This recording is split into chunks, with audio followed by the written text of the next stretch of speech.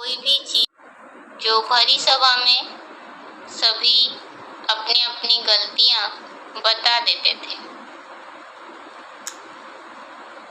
क्योंकि बाबा ने कहा है अगर हम छिपाकर कोई चीज खाते हैं तो शिव बाबा के यज्ञ की चोरी हो जाती है। तो वो भी कब का चोर सो लक का चोर, यहाँ छोटा सा ही चोरी किया तो बाहर ब्रॉड ड्रामा में जाके बड़े डकैत बन जाएंगे। आगे मुरली तारीख है 7 अगस्त 90 पृष्ठ 2। मुरली डेट है 7 अगस्त 1990 पेज नंबर 2। पॉइंट है, जरा भी बिगर पूछे चीज उठाकर खाया तो वह भी पाप बन जाता है, क्योंकि बिगर छुट्टी के उठाई ना।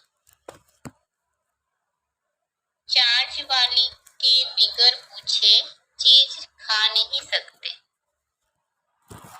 एक खाएंगे तो और भी ऐसे करने लग पड़ेंगे। जरा भी बिगर पूछे चीज उठाकर खाया तो वह भी पाप बन जाता है, क्योंकि बिगर छुट्टी के उठाई ना। चार्ज वाली के बिगर पूछे चीज खा नहीं सकते, एक खाएंगे तो और भी ऐसे करने लग पड़ेंगे। तो बाबा ने इसमें बताया है कि अगर बिना पूछे हम कोई भी चीज उठा के खाया तो वो पाप बन जाता है बहुत छोटी सी चीज, हल्की है। जैसे उदाहरण के तौर पे मान लीजिए एक चावल की दाना है, तो कहने के लिए तो एक चावल की दाना, पर वो यज्ञ की प्रॉपर्टी है ना, यज्ञ की चीज है ना। तो अगर उसके लिए जो निमित्त है, बिना पूछे कोई भी चीज उठाया, यज्ञ में उठाकर खा लिया तो वो पाप हो जाता है, क्योंकि बाबा ने कहा बिगर छुट्टी के उठाई ना। बिगर छुट्टी मना क्या, बिना परमिशन के, बिना पूछे हमने उठा लिया, हमें इजाजत तो नहीं मिली, अनुमति तो नहीं मिली, परमिशन तो नहीं मिली कि हम यज्ञ की कोई भी चीज उठा सकते हैं।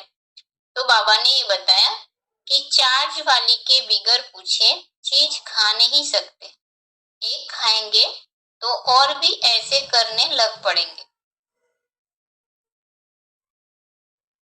तो जो उस चीज के निमित्त है, जिन्हें निमित्त रखा गया है, उन्हें जानकारी देकर फिर ले सकते हैं।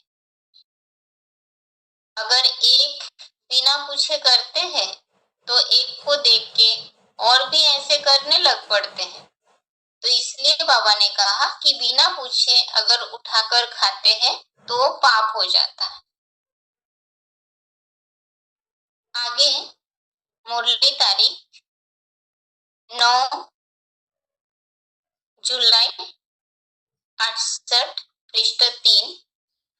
मुरली डेट 9 जुलाई 1968 पेज नंबर 3।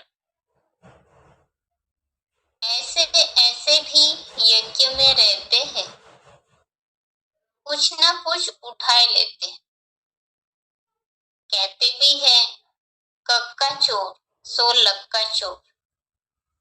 यज्ञ में तो ऐसा काम कब नहीं करना चाहिए, आदत पड़ती है फिर तो कब छुट्टी नहीं।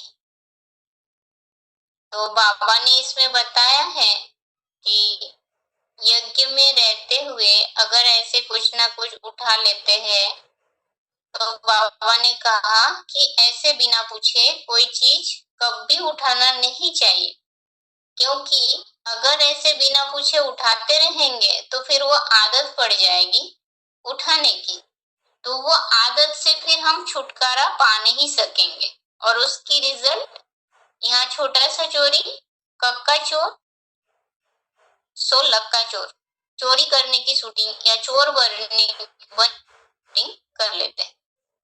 तो कायदे अनुसार चार्ज वालों को पूछ के सामग्री उठा सकते हैं। आगे है मुरली तारीख 9 जुलाई 75 पृष्ठ 1, मुरली डेट 9 जुलाई 1975 पृष्ठ 1। जबान भी कोई कम नहीं है,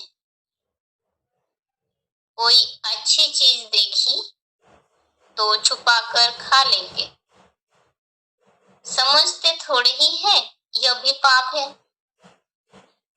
चोरी हुई ना, सो भी शिव बाबा के यज्ञ की चोरी करना बहुत खराब है। कक्का चोर सो लक्का चोर कहा जाता है। तो यहाँ बाबा ने कहा कि जवान भी कोई कम नहीं, जैसे स्वाद लेने की आदत है, लोभ है जीव के, तो फिर कोई अच्छी चीज देख लिया तो उसे छुपाकर खा लेंगे। तो ऐसे तो हम लोभ एक प्रकार के विकार है, उस विकार के वशीभूत हो गए और होकर के अच्छी चीज को उठाकर छुपा के खा लिए। तो बाबा ने कहा कि ऐसे अगर उठाकर खाते हैं तो ये भी पाप है, क्योंकि बिना पूछे हमने उठाई। तो बाबा ने इसलिए कहा कि कक्का चोर सो लक्का चोर, यानी बिना पूछे हमें यज्ञ की कोई भी चीज को नहीं उठानी चाहिए। आगे ये जो हम ब्रह्मा भोजन के संबंध में समझ रहे थे, तो इस ब्रह्मा भोजन का महत्व क्या है? ब्रह्मा भोजन का महत्व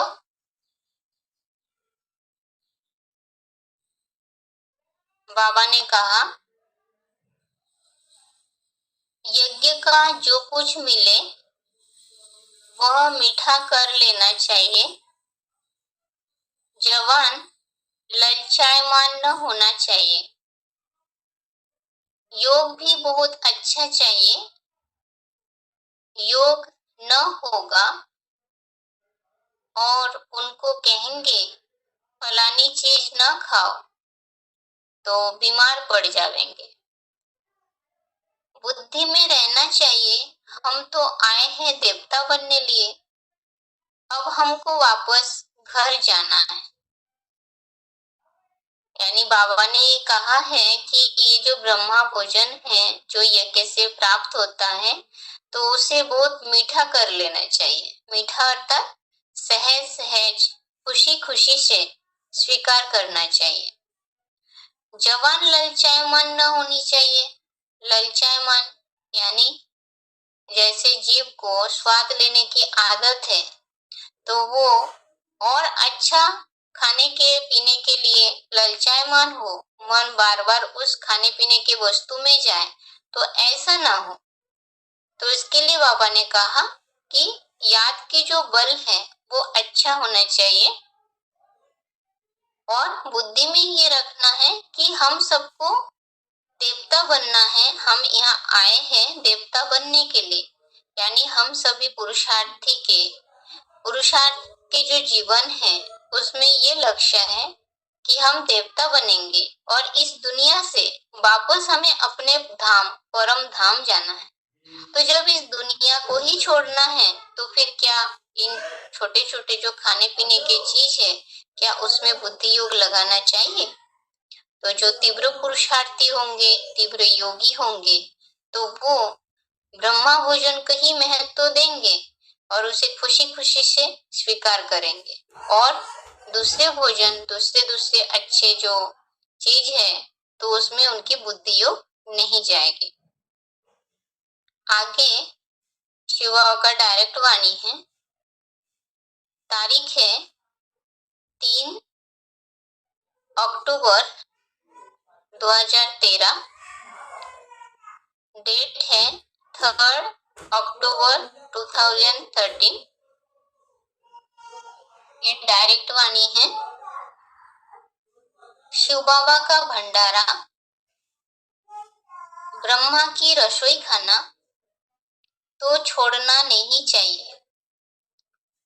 खाना छोड़ने से बेइज्जती होती है। शिव बाबा के भंडारे का खाना बड़े प्यार से खाना चाहिए। फिर से, शिव बाबा का भंडारा, ब्रह्मा की रसोई खाना तो छोड़ना नहीं चाहिए। खाना छोड़ने से बेइज्जती होती है। शिव बाबा के भंडारे का खाना बड़े प्यार से खाना चाहिए। तो बाबा ने इसमें यही बताया कि अगर ब्रह्मा भोजन को हमने छोड़ दिया, उसका महत्व नहीं रखा, तो बाबा ने कहा इस भोजन जो ब्रह्मा भोजन है उसका अनादर करना हो जाएगा। तो ब्रह्मा भोजन को तो बड़ी खुशी से, प्यार से हमें स्वीकार करना चाहिए, क्योंकि इस ब्रह्मा भोजन के लिए तो देवात्माएं भी तरसते हैं। तो हमें तो उसका कितना महत्व देना चाहिए कि शिव बाबा का ही कमाया हुआ भोजन है, यानी ब्रह्मा जिस तन में शिव बाबा प्रवेश करते हैं उनका नाम रखते हैं ब्रह्मा, और उनके याद में बनाया गया भोजन, शिव बाबा की याद में बनाया गया भोजन है ब्रह्मा भोजन। तो वो शिव बाबा के जो भंडारा, जिसके लिए गायन ही है, शिव का भंडारा भरपूर, काल कंटक दूर। तो ऐसे ब्रह्मा भोजन की तो बेइज्जती होनी नहीं चाहिए। ये तो एक प्रकार के प्रसाद है। हद में मंदिर में जो प्रसाद मिलता है, कभी किसी ने देखा कि पंडित जी या पुजारी ने प्रसाद दिया हो और भक्तों ने उस प्रसाद को उठा के फेंक दिया हो या नष्ट किया, बर्बाद किया हो? ऐसा तो नहीं है। उस प्रसाद के प्रति भक्ति मार्ग में भक्तों के मन में कितनी श्रद्धा, भावना, विश्वास होता है और उसे दिल से स्वीकार करते हैं। तो ये तो चैतन्य शिवालय है, चैतन्य शिव मंदिर है और ये ब्रह्मा के भोजन है। तो ये जो चैतन्य शिवालय के चैतन्य प्रसाद, तो इसे तो बड़े प्यार से बाबा के याद में स्वीकार करना चाहिए। आगे ये भी डायरेक्ट वाणी है। तारीख है 7 सितंबर 2013, डेट है 7 सितंबर 2013। पॉइंट है, यज्ञ का खाना जो छोड़ देंगे वो अकाल के समय में भूख मरेंगे। यज्ञ के खाने का कभी निरादर नहीं करना चाहिए। यह तो बहुत खराब बात है। यज्ञ का खाना जो छोड़ देंगे वो अकाल के समय में भूख मरेंगे। यज्ञ के खाने का कभी निरादर नहीं करना चाहिए। यह तो बहुत खराब बात है। यानी जो ब्रह्मा भोजन है, उस ब्रह्मा भोजन का महत्व बहुत ही है।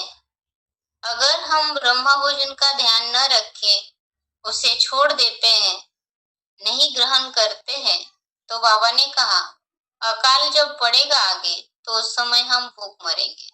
जैसे बाबा मुरली में भी बोलते हैं कि जैसे जब आगे चल कर के दुनिया में अकाल पड़ेगा, बाबा जो उदाहरण देते हैं कि पैसे वाले नोटों की गड्डियां लेकर सड़कों पर घूमते रहेंगे, परंतु उन्हें अनाज देने वाला कोई नहीं रहेगा, खाने के लिए उन्हें अन्न का एक दाना नहीं मिलेगा।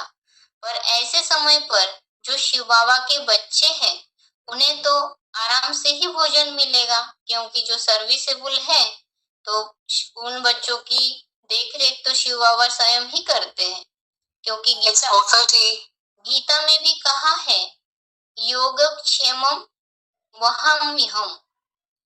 जो सर्विसेबल बच्चे होंगे उन्हें जो कुछ अप्राप्त है उसकी प्राप्ति शिव बाबा स्वयं कराते हैं, और जो उनके पास है यानी प्राप्त हुए हैं उसके संरक्षण के भार शिव बाबा स्वयं वहन करते हैं, स्वयं ही उठाते उसका वजन।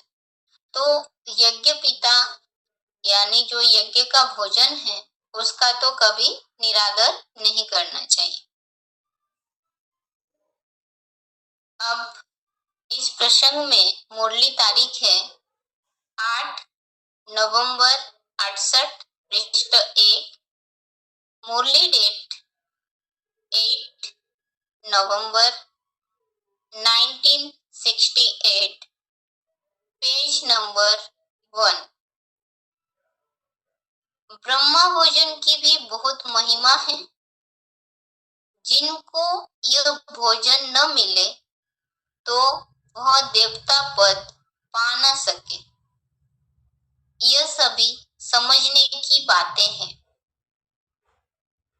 ब्रह्मा भोजन की भी महिमा, ब्रह्मा भोजन की भी बहुत महिमा है।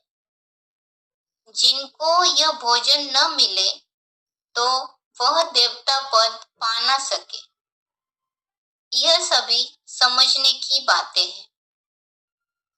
तो बाबा ने देवता बनने के लिए, देवताई पद प्राप्त करने के लिए भी बताया कि उसका भी आधार है ब्रह्मा भोजन, और जिन्हें ये ब्रह्मा भोजन यानी शिव बाबा की याद में बनाया हुआ भोजन प्राप्त नहीं होता है तो वो आत्माएं यानी देवताई पद प्राप्त नहीं कर सकते।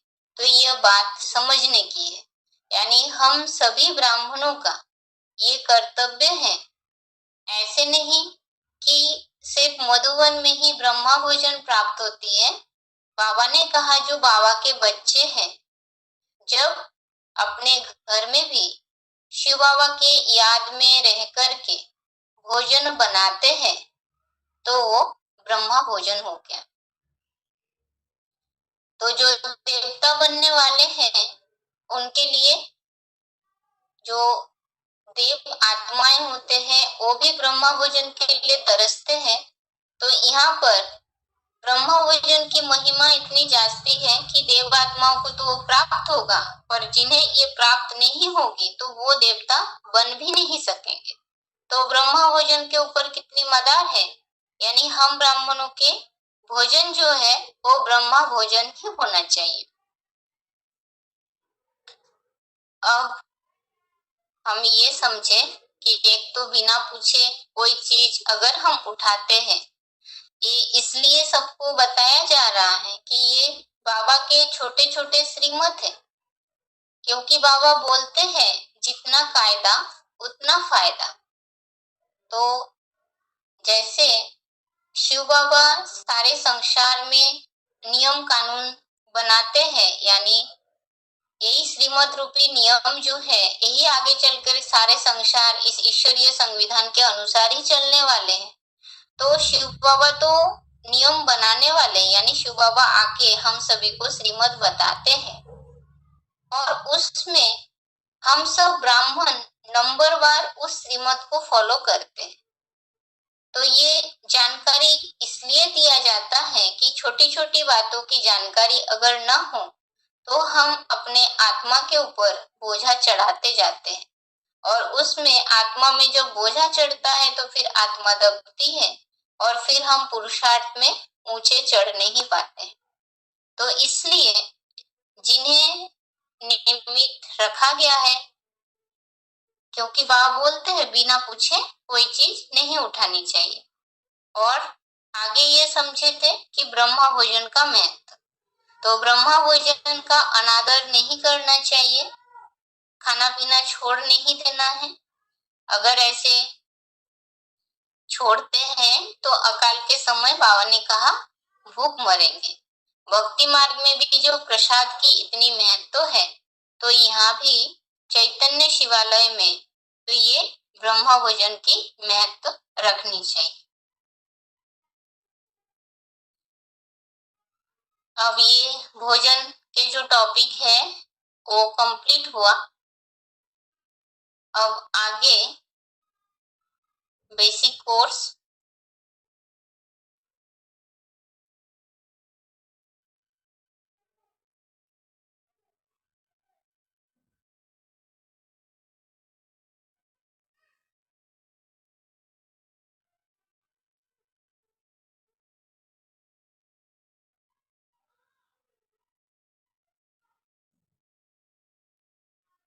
बेसिक कोर्स में जो हम सहज राजयोग जो टॉपिक समझ रहे थे, तो उस टॉपिक में अब राजयोग यानी भगवान के साथ युक्त होते हैं, आत्मा समझ करके परमपिता परमात्मा के साथ योग युक्त होते हैं।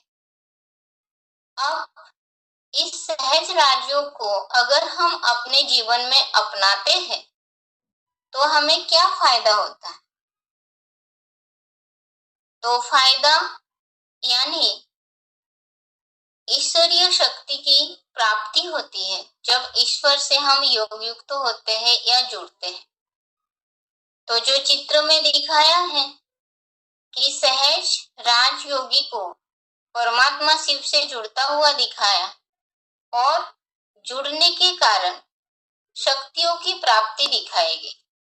तो ये है अष्ट शक्तियां जो याद करने के कारण अष्ट शक्ति की प्राप्ति होती है। तो सबसे पहले जैसे दिखाया है विस्तार को संकीर्ण करने की शक्ति। अब ये जो 8 प्रकार की शक्ति को यहाँ पर वर्णित किया गया या दिखाया गया, तो दुनिया में आज इन शक्तियों की कमी बहुत है। जैसे सबसे पहला शक्ति बताया कि विस्तार को संकीर्ण करने की शक्ति, तो इस शक्ति के लिए चित्र में किसे दिखाया गया? कछुआ को। तो कछुआ एक ऐसा प्राणी है कि जब चाहे तो अपने हाथ पांव मुख रूपी जो इंद्रियां हैं उसे वो बाहर निकालते हैं और फिर जब चाहे तो उसे अपने में समेट लेते हैं। यानी जब चाहे तब विस्तार में जाए और जब चाहे तब उसे समेट ले, संकीर्ण कर ले। तो जो योगी है, तो यहाँ जो इस ईश्वरीय राज्यों को जब हम सीखते हैं तो हम अपने मन बुद्धि के द्वारा सारे इंद्रियों को कंट्रोल कर सकते हैं। गीता में भी ये बात आया है, दूसरे अध्याय का 58 यानी 58 नंबर जो श्लोक है उसमें है यदा संहरते चायम कुर्मंगानि सर्वशः। तो कछुए के अंगों की तरह जो सहज राजयोगी होंगे, तो वो कछुए के अंगों की तरह अपने सारे इंद्रियों को समेटने की शक्ति रखने वाले होंगे। यानी मन बुद्धि को कंट्रोल करना, समेटना, तो वो समेटना विस्तार जो है, विस्तार को संकीर्ण करने की जो शक्ति है, वो ऐसे राजयोग के द्वारा वो शक्ति प्राप्त होती है। आगे दूसरे चित्र में दिखाया, दूसरे स्थान पे पावर टू पैकअप यानी समेटने की शक्ति, जो बैग एंड बैगेज को समेटे हुए दिखाए गए हैं। अब समेटने का अर्थ ही है जैसे आज दुनिया में किसी के पास ये ज्ञान तो है नहीं कि हम अपने आप को विस्तार में न ले जाकर अपने को समेटे। आज तो दुनिया में सभी अपने प्रॉपर्टी, बैंक बैलेंस, जमीन जायदाद, व्यवसाय, व्यापार से लेके हर तरह से अपने आप में समेटने के बदले इतना विस्तार में विस्तारित हो चुके हैं कि कोई के पास ये है ही नहीं नॉलेज कि समेटना है, क्योंकि आज ये तो दुनिया की हालत है। इस दुनिया में प्रॉपर्टी आदि बनाकर और आगे बढ़ने का कोई लक्ष्य ही नहीं रहता, कारण ही नहीं बनता, क्योंकि ये दुनिया आज विनाश की डगर पर खड़े है। अब जब हम सबको वापस जाना ही है, परम धाम हमारा घर है और उस परम धाम में हम सबको वापस जाना है। अब जब हमें वापस घर जाना है, कहते भी हैं जब परम धाम से हम इस सृष्टि पर आए थे, या दुनिया में सबको इस बात का ज्ञान है, सभी यही कहते हैं खाली हाथ आया था तो खाली हाथ जाना है, नंगे आए थे नंगे ही जाना है। पर क्या ये बात आज के समाज में किसी के स्मृति में है? अगर ऐसे होता तो अपने मन बुद्धि के साथ साथ जो भी चल अचल जो भी संपत्ति है वो सब समेट के एक ईश्वरीय कार्य में अपने आप को समर्पित करते। अभी का जो समय है वो कोई प्रॉपर्टी आदि बनाने का समय नहीं है, उसे समेटने का समय है। क्योंकि जब विनाश होगा, जैसे मान लीजिए किसी के पास बहुत सारे प्रॉपर्टी है, सब कुछ है, पर क्या जब वो शरीर छोड़ते हैं तो क्या साथ में कुछ लेके जाते हैं? नहीं। तो ये जो सहज राजयोगी जो होंगे वो अपने सब कुछ समेट के मन बुद्धि से भी समेटे हुए होंगे और स्थूल रूप में भी सब कुछ उस ईश्वर के अर्पण करेंगे। भक्ति में भी कहते हैं जब आप आएंगे आप पर हम बलिहार जाएंगे, आपको ही सब कुछ समझेंगे। तो वो परमपिता परमात्मा शिव अभी आए हुए हैं, उन्हें जानकर उनके प्रति अर्पित होना है। भक्ति में भी ये कहते हैं ना कि शंकर की भक्ति अगर किया तो आप समान लंगोटिया बना देगा। तो वो दुनिया में मोक्ष प्राप्त करने के लिए पुरुषार्थ करते हैं, प्रयास करते हैं, पर किसी को मुक्ति तो मिलती ही नहीं है, मोक्ष प्राप्त होती ही नहीं। पर वो परमपिता परमात्मा शिव आकर अभी सबके मन बुद्धि को समेट के एक में लगाने की शिक्षा देते हैं और उन्हीं के द्वारा ही सच्ची शांति या सच्ची मोक्ष की प्राप्त होती है। अब आगे दिखाया है पावर टू टॉलरेट, यानी सहन शक्ति। सहन करने की जो शक्ति है, चित्र में क्या दिखाया गया कि एक आम के पेड़ वृक्ष दिखाई गई और उसमें जो दिखाया है कि पत्थर फेंकते हुए तो पत्थर का घात जो है वो सहन करने के बावजूद भी वो वृक्ष जो है वो मीठा फल देना बंद नहीं करते। तो ये जो सहन शक्ति है, ये सहन शक्ति दिव्य गुणों में अव्वल नंबर शक्ति है। अगर सहन शक्ति आज संसार में होती तो आज संसार इतने बिखर नहीं जाता। जैसे एक परिवार है, परिवार को बसाने के लिए सबसे पहले आवश्यकता होती है सहन करने की शक्ति।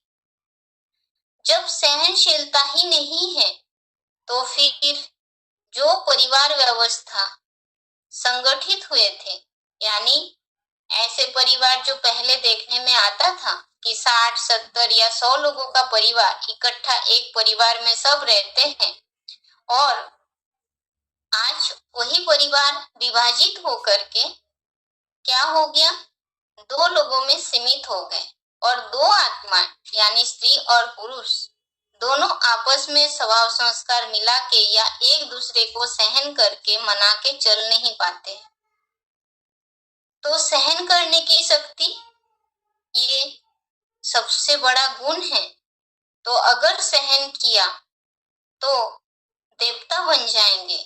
और गीता में भी ये कहा है ना कि ये जो सहज राजयोगी होंगे वो याद के बल से ईश्वर को जब याद करेंगे, परमपिता परमात्मा शिव से जब युक्त होंगे तो जुड़ जाने के कारण उनमें ये सहन करने की शक्ति आ जाती है, चाहे वो कोई प्रकार के सहन। गीता में भी ये आया है ना, मात्रा स्पर्शास्तु कौन्तेय शीतोष्णो सुख दुख दाह आगमा पाइनो नित्यास्तान तितिक्षस्य भारत। सर्दी गर्मी, अपमान, सुख दुख, जय पराजय, लाभ हानि, ये सब कुछ सहन करने की शिक्षा दी गई। तो सहज राजयोगी को ये शक्ति स्वतः ही आ जाएगी परमात्मा से जुड़ने के बाद। जैसे परिवार में माँ में सहनशीलता होती है और उस माता के सहनशीलता के आधार से ही वो परिवार टिकी हुई होती है। तो ये है सहन करने की शक्ति जो सर्वोपरि कहा गया है, और देवताओं के गुण ही है सहन करना। अब आगे क्या दिखाया, पावर टू एडजस्ट यानी समाने की शक्ति चित्र में दिखाई गई। जो सागर है उस सागर में नदी अपने पानी और पानी के साथ जो कुछ भी नदी में लोग डालते हैं सब कुछ लाके सागर में समा देते हैं यानी डाल देते हैं। और सागर क्या करते हैं, वो सारे कचरे सहित सब कुछ पानी कचरा जो कुछ भी लाते हैं, नदी जो कुछ भी लाती है तो सारा सागर में देने के बाद सागर उसे अपने में समा लेते हैं यानी एडजस्ट कर लेते हैं। अब ये जो एडजस्ट करने की शक्ति आज संसार में है ही नहीं। परिवार में जो रॉयल फैमिली होती है तो उस फैमिली में जो बच्चे होते हैं या दूसरे सदस्य होते हैं, कोई गलतियां कर लेते हैं, कुछ भी होता है तो क्या करते हैं, सब संभाल लेते हैं ना। परिवार के सदस्य अपने सदस्य की कमियां बाहर जाके बखान नहीं करते। तो ये जो गुण है समाने की, तो सहज राजयोगी में इस समाने की गुण स्वतः ही आ जाती है। और इस राजयोगी को भी समाना किसमें है, किसमें समा जाना है, जैसे नदी जाके सागर में समा गई तो वैसे हम सब आत्माएं जो है वो उस आत्मा को उस चैतन्य सागर, जो गीता में भी कहा है मन मना भव, यानी वो जो मुकर्ररत शिव शंकर के तन में शिव भाव प्रवेश करते हैं तो उनके मन में समा जाना है। क्योंकि भक्ति में कहते हैं कि भगवान आप जब आएंगे तो आप पर हम बलिहार जाएंगे, तो अभी उनमें समाने की बात है। अब आगे दिखाया गया परखने की शक्ति। तो जो परखने की शक्ति है उसमें दिखाया कि जवाहरी जो है वो हीरे जवाहरत सोना चांदी से परख लेते हैं, मतलब परख पाते हैं कि असली क्या है नकली क्या है। तो वैसे ही ये जो सहज राजयोगी है, इस राजयोगी में राजयोग के कारण परमात्मा से युक्त होने के कारण जैसे सही क्या गलत क्या, सच्चा कौन है झूठा कौन है, इन सब की परख उनमें आ जाता है। आज का समाज, आज की जो दुनिया है, इसमें लोगों के पास परखने की शक्ति न होने के कारण जिन्हें सच्चा समझते हैं वही झूठा निकलते हैं, धोखा मिल जाती है जीवन में, तो दुखी होते हैं परेशान होते हैं। पर जो सहज राजयोगी होंगे उनमें वो परखने की शक्ति आ जाएगी और वो सही परख लेंगे, और परखने की शक्ति के कारण वो जीवन में कभी धोखा नहीं खाएंगे, सफल हो जाएंगे। अब इसके साथ साथ आगे दिखाया गया तराजू को जो निर्णय करने की शक्ति के रूप में।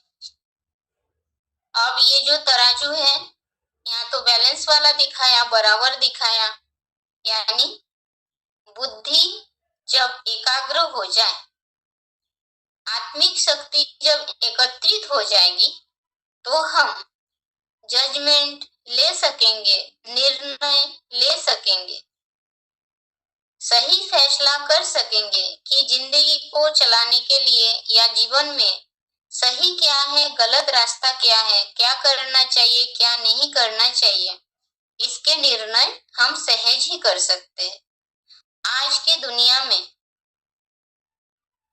सत्यता के लिए कितने लोग, कितने गुरु किए, मठ मंदिर पूजा पाठ सारा चीज करने के बावजूद भी सत्यता को तो हाथ माने किसी को भी हाथ नहीं लगा, क्योंकि वो ज्ञान सागर बाप को परख ही नहीं पाए, निर्णय ही नहीं कर पाए कि सत्य कौन है। तो बुद्धि जजमेंट कैसे देंगे। हद में भी देखने में आता है कि जो अदालत है उसमें कोर्ट कचहरी चलती रहती है और जज जो होते हैं वो जिंदगी भर माना जो केसेस है उसे आगे बढ़ाते चले जाते हैं, जजमेंट नहीं दे पाते। अब जजमेंट न देने का कारण क्या है, निर्णय न कर पाने का कारण क्या है, क्योंकि उनकी आत्मा जो है वो एकदम कमजोर हो चुकी है। अब परमात्मा को याद करने से आत्मा शक्तिशाली होती है और उस शक्तिशाली याद के द्वारा, याद के बल से निर्णय करने की शक्ति प्राप्त होती है। तो बुद्धि हमारे जब बैलेंस वाला हो जाए तो जीवन भी वैसे ही बैलेंस में चलने वाला बन जाएगा। तो ये निर्णय करने की शक्ति के रूप में यहाँ तराजू दिखाई गई। आगे पावर टू फेस यानी सामना करने की शक्ति जो दिखाया, मुकाबला करने की शक्ति या सामना करने की शक्ति। तो ये जो योगी होते हैं, योग बल वाले होते हैं, ये तो गीता में भी कहा है ना, भय क्रोध इन सब से जो योगी होंगे वो मुक्त होते हैं। विगत इच्छा भय क्रोधा, तो क्रोध भय से मुक्त हो जाते हैं।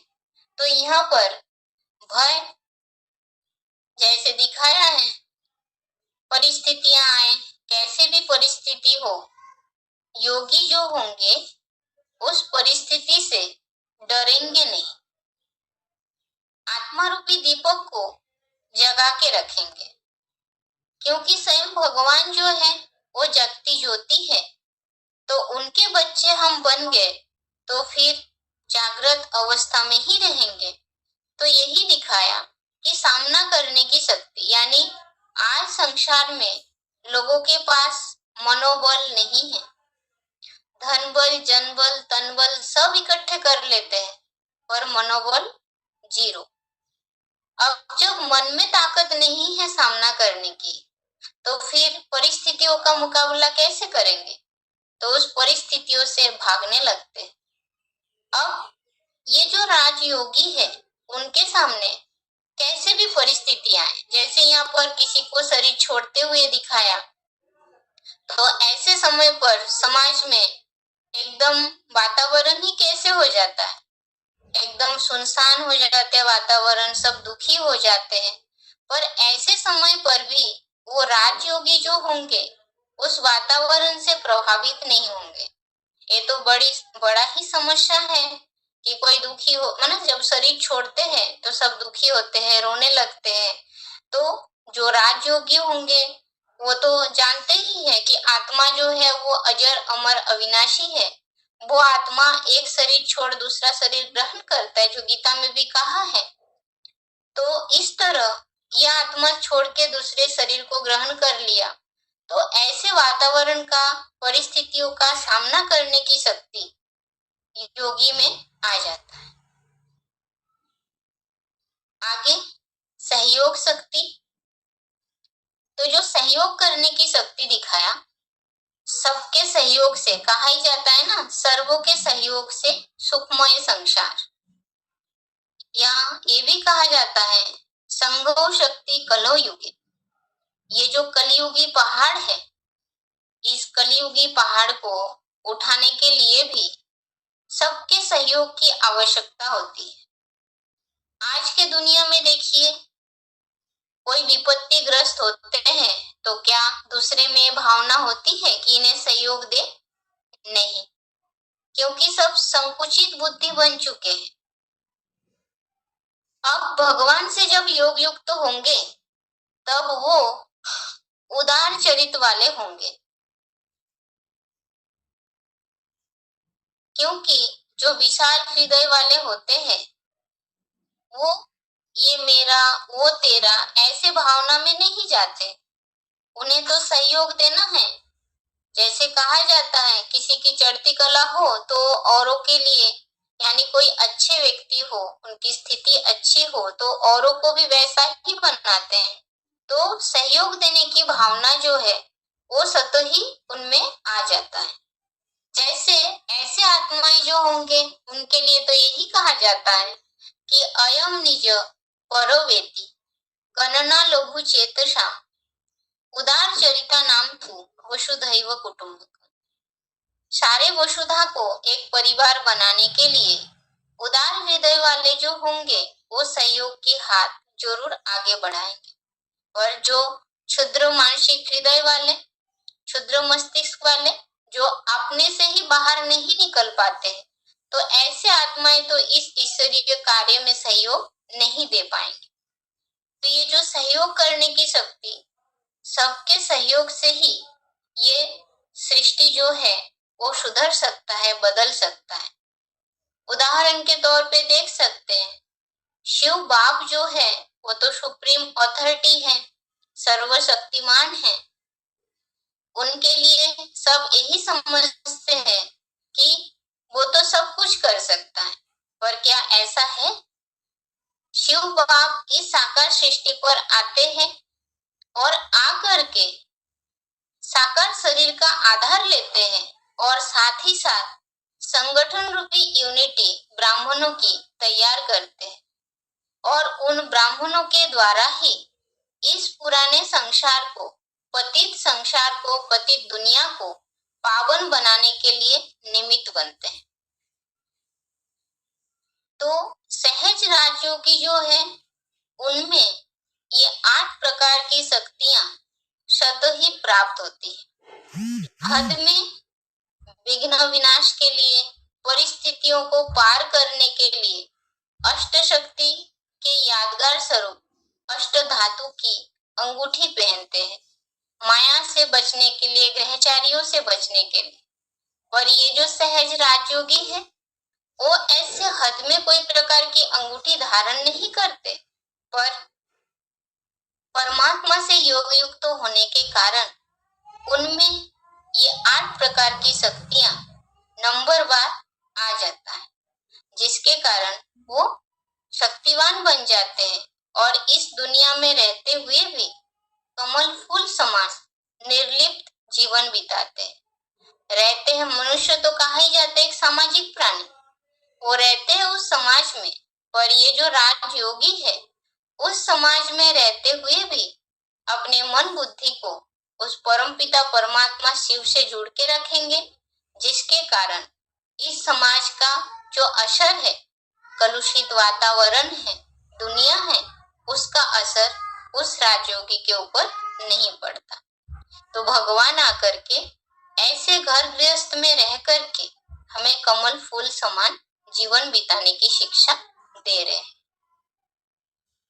अब ये सहज योग से प्राप्त अष्ट शक्तियां हैं। अब आज यहाँ तक ही। ओम शांति।